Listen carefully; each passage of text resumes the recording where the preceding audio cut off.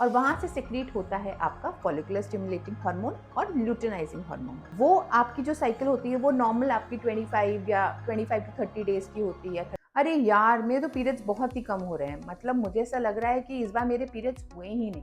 मतलब मेरा मतलब है जैसे कि शायद एक ही दिन मुझे पीरियड्स हुआ है या हल्की सी स्पॉटिंग हुई है, क्या ये नॉर्मल है कि नहीं, और अगर ये है तो ये हो क्यों रहा है मेरे साथ। Hello everyone, let's decode health together. आज हम अगेन एक फीमेल इशू के बारे में बात करेंगे जिसका नाम है स्कैंटी पीरियड्स। मतलब कभी कभी ऐसा होता है हम लोगों के साथ कि हमारे पीरियड्स की क्वांटिटी काफ़ी कम हो जाती है या हमारे ड्यूरेशन पीरियड्स की बहुत कम हो जाती है। तो आज हम उसी चीज़ के बारे में डिस्कस करेंगे कि स्कैंटी पीरियड्स होते क्या हैं और होते क्यों हैं। आइए देखते हैं। देखिए, एक नॉर्मल मेंस्ट्रुअल साइकिल जो होती है वो आपकी जो साइकिल होती है वो नॉर्मल आपकी 25 या 25 टू 30 डेज की होती है, 35 डेज तक की हो जाती है।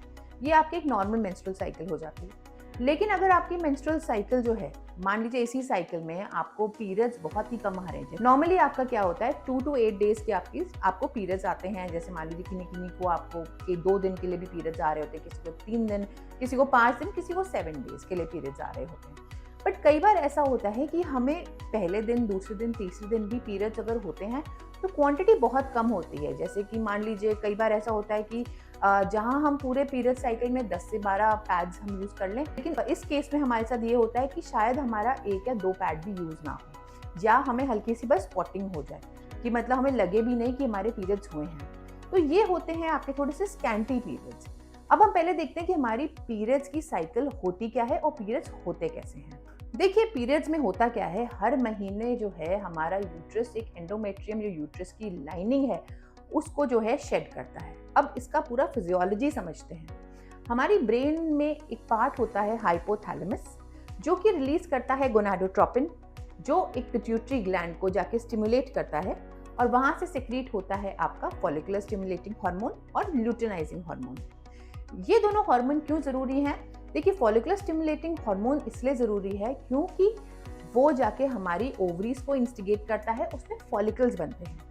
और ल्यूटिनाइजिंग हार्मोन इसलिए क्यों इंपॉर्टेंट है? क्योंकि ल्यूटिनाइजिंग हार्मोन से आपकी ओव्यूलेशन का पूरा पता चलता है और ओव्यूलेशन उस वजह से होता है।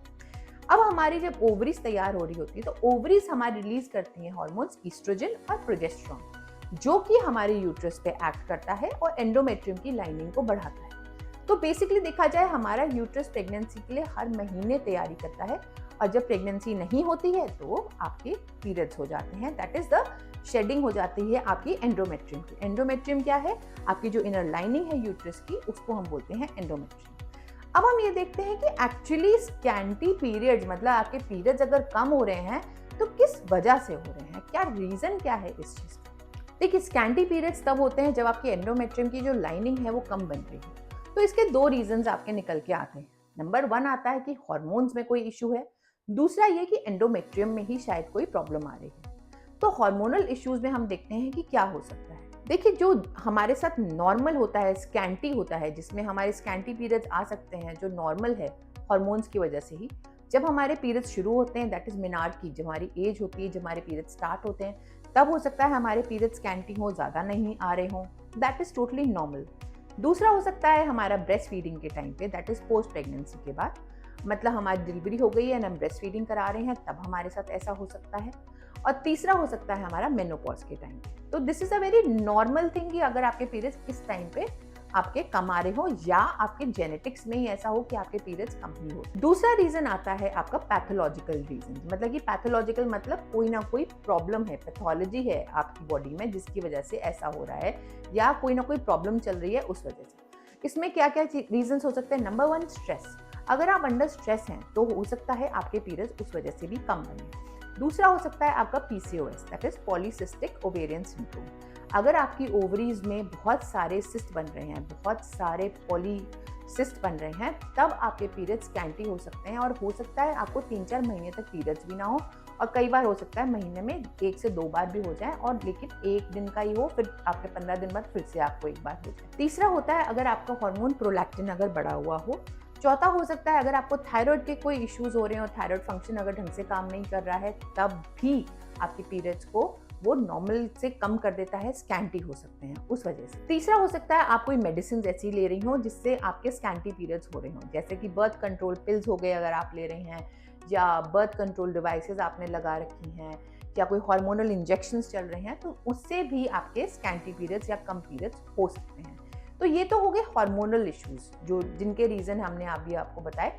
दूसरा हो सकता है हमारा एंडोमेट्रियम में, हो सकता है हमारी लाइनिंग में ही कोई प्रॉब्लम हो रखी हो, जैसे कि ट्यूबरकुलोसिस हो गया एंड बहुत सारी और भी चीजें। अगर आपके पीरियड्स कम हैं and you are having some kind of problem with it, तो आपको अपने डॉक्टर से कंसल्ट करना चाहिए, अपने गायनी को एक बार दिखाना चाहिए। वो आपको कुछ टेस्ट के लिए बोलेंगी टू रूल आउट कि आपको कोई हार्मोनल प्रॉब्लम तो नहीं है, या फिर यूट्रस में प्रॉब्लम हो रही है, या एंडोमेट्रियम में प्रॉब्लम हो रही है, एंड उसके अकॉर्डिंग हमारे अंदर ट्रीटमेंट होएगा।